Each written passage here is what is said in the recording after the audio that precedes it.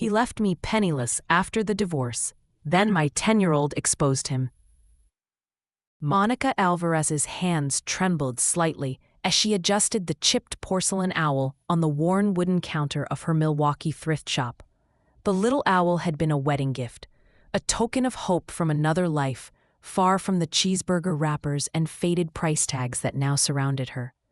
Her beat-up sneakers pressed against the scuffed floor, worn from months of standing and pacing, the scent of old paper and fabric mingling in the cramped space.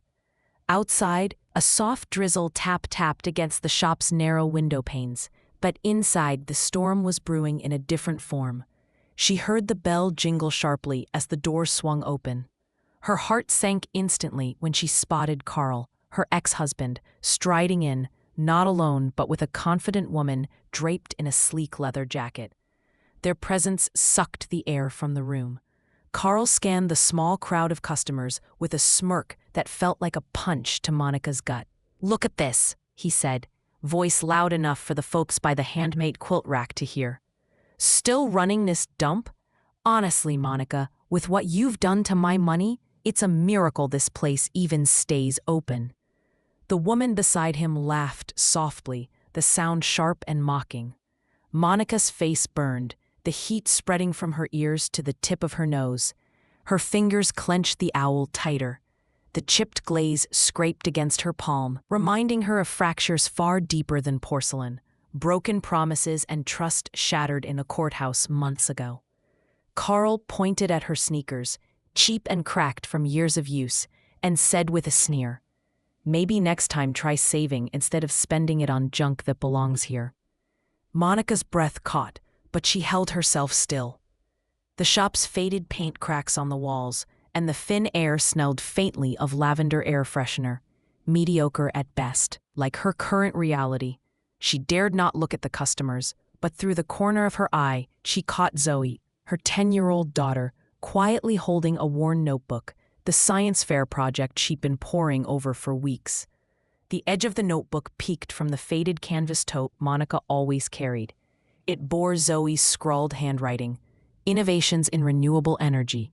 It was fragile, hopeful, the one thing Monica had left to anchor her resolve.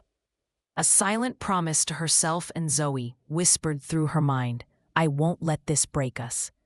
Carl's voice droned on, a low, cruel echo, as Monica forced herself to meet his gaze. The coldness behind his eyes made the past months click like a countdown timer. This confrontation wasn't just about money, it was about control, about humiliation in front of strangers who might still see her as weak, damaged. But beneath the sting, a fragile thread unwound in Monica's chest, and a flicker of determination sparked amidst the shame. Behind the counter, a battered receipt stuck to a clipboard caught her eye, the last payment from the joint account Carl had controlled. It was a small piece of paper, but held more weight than anyone realized yet. Monica slid her eyes away from Carl's taunts and back to Zoe's notebook, steeling herself for what came next. The storm outside tapped harder now, but inside, she breathed slow and steady, gripping that owl as if it were talisman, bracing for the fight ahead. The community center buzzed with murmurs and the rustle of papers as Monica took a hesitant seat near the back. The grant committee was about to review proposals for small businesses in the neighborhood, a slim chance to save her thrift shop. The faded walls echoed with voices, but Monica's ears caught only the sharp click of high heels approaching. Ms. Greer, Carl's lawyer, stepped to the podium, her black jacket perfectly pressed, a cold precision in her voice that made heads turn. "Regarding Mrs. Alvarez's financial claims," Ms. Greer announced, her eyes scanning the room. "Recent documents included in the divorce settlement clearly state that due to the clause added last month, she no longer has rights to any joint savings or assets." Her words struck like a hammer, punctuating the quiet gasps from the audience. The room fell abruptly silent, the kind of dead silence that weighs heavy and slow. Monica's hands twitched in her lap. Her mouth dried as she forced a smile that felt brittle and fake. She glanced up, trying to catch the eyes of anyone who might lend her strength. That's when she saw it. Mr. Jefferson, sitting just a few seats away. The retired teacher's gentle nod gave her a flicker of reassurance amidst the cold eyes and whispered doubts. Zoe's mentor had always spoken highly of her daughter's determination, and now he seemed quietly rooting for them both. Clutching the crumpled flyer she'd grabbed earlier, a messy fold already worn from pockets, Monica's eyes landed on the bold print. Grant submissions close exactly 3 days from today. The deadline sank into her like a weight.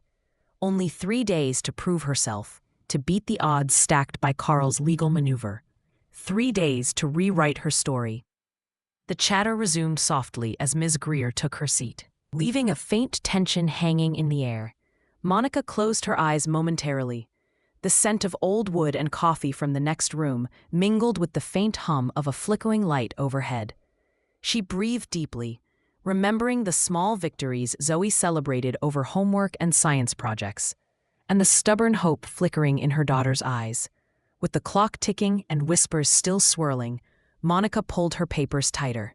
This meeting was a battlefield cloaked in quiet words and poised smiles, but beneath it all, she felt the steady pulse of something more powerful, her will. She folded the flyer and tucked it carefully into her jacket, a talisman for the fight ahead. If a moment like this ever hit close to home, I'd love to hear how you found your way forward. Monica's fingers trembled as she pulled open her laptop, her screen still flickering from yesterday's unexpected shut-off. She desperately searched cloud folders she'd shared with Carl during their marriage, hoping for any saved documents, receipts, bank statements, shared business plans, anything to show her stake in the shop. But a cold void stared back. Carl had wiped them clean, deleting years of digital proof like it never existed. Her phone buzzed. It was the Grant office. Monica's heart sank as she answered. "I'm sorry," a polite voice said. "Our policy requires documented proof of financial contribution. Without it, we cannot approve your application." The finality in those words crashed over her. Paper shredded by chance felt less cruel than this rigid bureaucracy. She hung up, the shop around her suddenly too quiet, the soft creak of the old floorboards sounding like echoes of all her hopes slipping away. That night, she sat at the kitchen table, the fading sunlight casting long shadows across Zoe's science fair notebook, pages filled with careful diagrams and hopeful scribbles about renewable energy. Monica tried to summon a brave smile for her daughter. "Maybe it's time to think about closing the shop, sweetheart," she confessed quietly, eyes fixed on the worn tablecloth. Zoe looked up, her voice small but steady. "Mom, maybe there's still a chance. At Dad's house today, I heard him talking about some offshore transfers on my tablet calendar." She reached into her backpack and carefully unfolded a crumpled note she'd secretly written down. A reminder tagged for next week, simply saying offshore account review. The words shimmered with possibility in Monica's tired eyes. Hope flickered. This was not just a child's whisper. It was a clue, a secret Carl might have slipped up on in his attempts to keep everything hidden. Monica's fingers traced the edge of the crumpled paper, the ink smudged but clear. The key to a locked door she hadn't dared try to open before. The kitchen clock ticked steadily. Monica took a deep breath and felt something she hadn't in weeks. Courage. There was a fight left, and for Zoe's sake, she was far from done. Together they sipped the cooling tea, the bitter warmth mingling with the soft click of rain against the window, a quiet soundtrack to a plan beginning to take shape. The rain hammered down in relentless sheets, drumming on the cracked windows of Monica's thrift shop. Inside, the dim light flickered unevenly, casting long shadows that trembled against the peeling paint. Monica sat slumped behind the faded wooden counter, the smell of damp wool from her sweater clinging to her like a weight. The metal cash register, silent and empty, mocked her efforts, a stubborn reminder that hope was fading fast. Her eyes drifted, finally settling on Zoe's science fair notebook. Propped against a stack of gently used books, she reached out, fingers brushing the worn cover, tracing the handwritten title, Innovations in Renewable Energy. The notebook was a fragile island of promise in the sea of uncertainty surrounding her. Monica opened it to the middle, fingers skimming over Zoe's careful sketches and notes.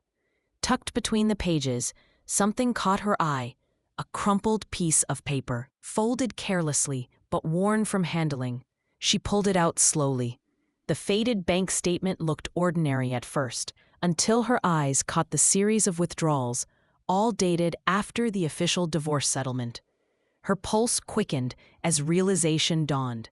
These were funds Carl never mentioned during negotiations or hearings, quietly pulled out when he thought no one was watching.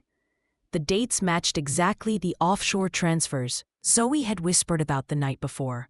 Monica's breath hitched, the faint sound of rain tapping against the glass syncing with the rapid beating of her heart.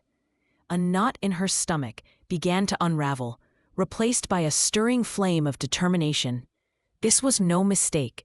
It was a hidden thread she could pull. Her fingers trembled slightly as she smoothed the statement on the counter. A rush of images flooded her mind. Carl's smug smile at the thrift shop, his lawyer's cold announcement during the meeting. She swallowed hard and glanced around the empty shop. The worn carpet, faint scent of lavender air freshener, and the soft hum of the flickering light embraced her like silent witnesses. Here, in this small, overlooked space, a quiet battle was unfolding. The storm outside lulled for a moment, allowing a fragile hope to break through the tension. Monica folded the statement carefully and slipped it into her jacket pocket. Knowing her fight was far from over, she breathed in the musty air and whispered, "We're not done yet, Zoe. Not by a long shot. If a moment like this ever touched your life, I'd be interested to hear how you stayed in the fight." Monica closed the heavy library door behind her, the faint creak sounding louder in the quiet aisles lined with worn spines. Mr. Jefferson was waiting by a sturdy oak table, glasses perched on his nose, herding scattered papers with the organized focus of someone who had spent a lifetime tackling complex problems. The afternoon light filtered softly through high windows, dust motes dancing above stacks of books. "I brought what you found," Monica said, sliding the crumpled bank statement across the table. Mr. Jefferson's hands unfolded it carefully, brow furrowing as he scanned the numbers and dates. "These withdrawals," he whispered, "occurred months after your divorce finalized." His eyes met Monica's, a spark of concern and something else, quiet resolve. Together, they cross-checked the statement against the public divorce records Monica had managed to obtain. The missing assets were glaringly clear, funds Carl had concealed during settlement talks. Mr. Jefferson shook his head gently. "This is a serious violation," he said. "State law requires full disclosure of all marital assets. You're holding evidence that could change everything." Monica's pulse quickened, but sweat beaded on her forehead. The gravity of the moment pressed down. If she was wrong, or if the court refused her new evidence, she could lose more than money. She could lose her daughter's faith in her. And worse, the tiny shop that had become their lifeline could close for good. She bit her lip, scanning the state's family law guidelines on her phone. There it was, under late evidence submission, a clause allowing financial evidence to be presented within 2 days of discovery, provided it's relevant and verified. Emotion tightened in her chest, but the presence of Mr. Jefferson steadied her. "We have to get this to the grant board and the court as soon as possible," he said, his voice calm but urgent. "Your deadline to submit the grant application is in 3 days, right?" Monica nodded, swallowing the lump in her throat. "Exactly." He smiled faintly. "Then it's a race against time, but it's not impossible. Let's prepare a detailed report with everything we have, dates, amounts, and the specific clause from the divorce order." Later that night, Monica sat at her kitchen table, drafting the report with renewed focus. Zoe's drawings from the science notebook peeked from the corner, a reminder that this wasn't just about money or property. It was about dignity, honesty, and giving her daughter a better future. The risk was high, but so was the reward, not just in dollars, but in reclaiming her voice. The morning sun filtered weakly through the conference room's large windows, casting long, pale shadows over the polished wood table. Monica sat across from the grant committee, her hands folded tightly in her lap, nerves coiled like springs ready to snap.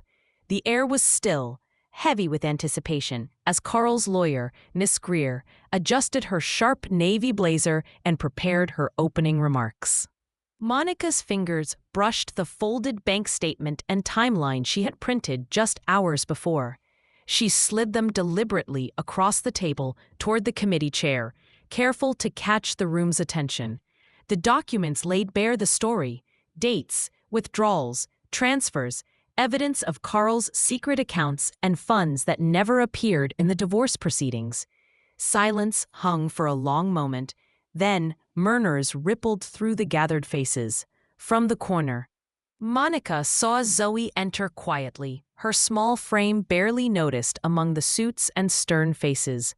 Zoe held her chin high as she took her place beside her mother, her hand clutching tightly to her mother's. When the chair invited her to speak, Zoe's voice was steady, gentle yet unwavering. "I saw my dad printing those papers," Zoe said calmly, her eyes briefly flicking to Carl, who sat rigid with a forced calm. "He said he was untouchable, that no one could stop him." A hush fell over the room. Even Miss Greer's icy demeanor shifted, her lips pressing into a thin line. A flicker of doubt glazed her eyes as she murmured under her breath, "I suspected something, but Carl insisted everything was above board." The court clerk exchanged a subtle glance with the chair, their expressions taut with the weight of this revelation. Monica felt the room tilt, the balance of power beginning to shift. Carl's clenched jaw was the only outward sign of his crumbling facade. The committee members leaned in, eyes narrowing, scanning the documents and Zoe's earnest face for truth. Monica's breath steadied, the pulse pounding in her ears, now quiet enough to hear the steady rhythm of justice unfolding. The evidence was clear, the courage raw, and the environment no longer laden with silent judgments, but charged with possibility. This moment was hers, Zoe's. And the truths to claim. When dignity finally speaks, who tends to listen in your world? Judge Sullivan's chambers were packed more than Monica had expected. The scent of polished wood mixed with mild anxiety, and hushed conversations bounced softly off the high ceiling. Carl sat at the defendant's table, his jaw clenched, eyes darting as Monica's evidence was laid bare before the court. The judge's voice cut through the room with calm authority, reading from the official documents. "It has been determined that Carl Matthews knowingly withheld assets during the divorce proceedings, violating disclosure laws mandated by the state." The room's atmosphere tightened, a collective intake of breath whispering through the audience. Monica's heart thudded heavily, but steadied with growing resolve. This was justice unfolding. The judge continued. "Carl Matthews is hereby ordered to repay the sum of hidden funds to Monica Alvarez and issue a formal apology within 30 days. A pause punctuated the statement, weight lingering in the air like a tide. Carl's face flushed crimson, his usual composure cracked. Beside him, Miss Greer's usual confident expression faltered subtly, eyebrows knitting in quiet admission. She leaned closer and muttered something, perhaps a reluctant recognition of defeat, while the judge's gaze held firm on both. The courtroom cleared slowly, the murmurs turning to nods of approval. Outside, awaiting regulars of Monica's thrift shop crowded the halls, whispering words of encouragement. Mr. Jefferson approached, his weathered hand warm on Monica's shoulder. "You stood tall today, Monica," he said softly, pride clear in his eyes. News of the court's ruling spread fast. That afternoon, the grant committee convened once again. Impressed by Monica's resilience and moral strength, they fast-tracked her application. The award was announced publicly, a generous community revitalization grant, just enough to breathe new life into her shop, and more importantly, into her hope. In the days that followed, Carl faced the weary eyes of neighbors and shop patrons, explaining his actions when asked.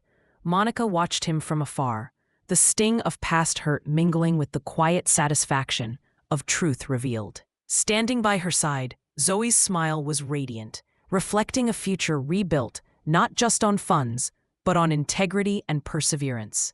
The shop's worn sign gleamed softly in the afternoon sun, a testament to battles fought and hard-won victories, both public and personal. Monica stood outside her thrift shop late one golden afternoon, the fresh coat of teal paint gleaming softly in the sunlight. The worn sign above, once chipped and faded, now proudly displayed "Second Chances" in crisp, bold letters, reflecting not just the store's name, but the story behind it. She breathed in deeply, the cool air carrying the faint hum of neighborhood life, the distant laughter of children, the rhythmic click of bicycle tires on pavement, the comforting buzz of a community breathing anew.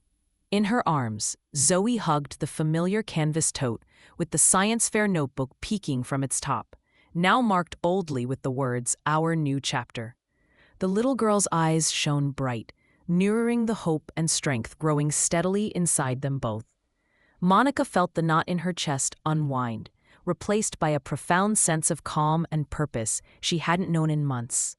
They stood together, the remnants of winter behind them and the warmth of spring stretching forward. Monica's fingers brushed against the chipped porcelain owl resting on the counter through the window, a silent witness to every struggle, every whispered fear, and every small triumph. It was no longer a relic of a broken past, but a symbol of resilience and gentleness, a reminder that imperfection holds its own kind of beauty.